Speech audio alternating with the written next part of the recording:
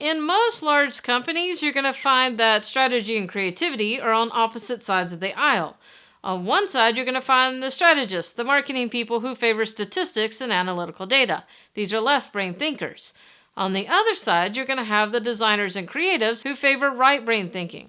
Whenever there's a rift between the two sides, you're going to have what's called the brand gap. This gap can cause a brilliant marketing strategy to fall flat on its face, or a design campaign to crash land before it ever takes off. For the consumer, this rift can come off as like a radio playing through busted speakers. They know it's a message, but they're not quite sure what it's trying to tell them. Now, when a brand communicates clearly, then the consumer doesn't really have to put much thought into it. They just get it. If you're curious as to which brands communicate really well, or as we call them in the industry, charismatic brands, just look at who is constantly a topic of cultural conversation. Brands like Starbucks, Coca-Cola, Apple, Nike, and Disney have become modern icons because they stand for things people want. Now, I'm not talking about physical products or services. I'm talking about things like joy, intelligence, strength, comfort, style, and imagination.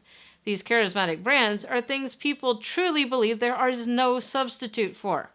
They have a clear competitive stance because they are dedicated to an emotional appeal. Because, as I said before, we're information rich and time poor, we crave emotional connection with more than just people. We crave it from brands as well.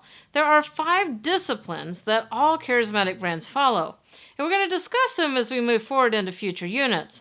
But first, we're going to pause for a second, and we're going to look at this information and use it to help us dive deeper into exploring Blueberry Cosmetics' current stance in the marketplace.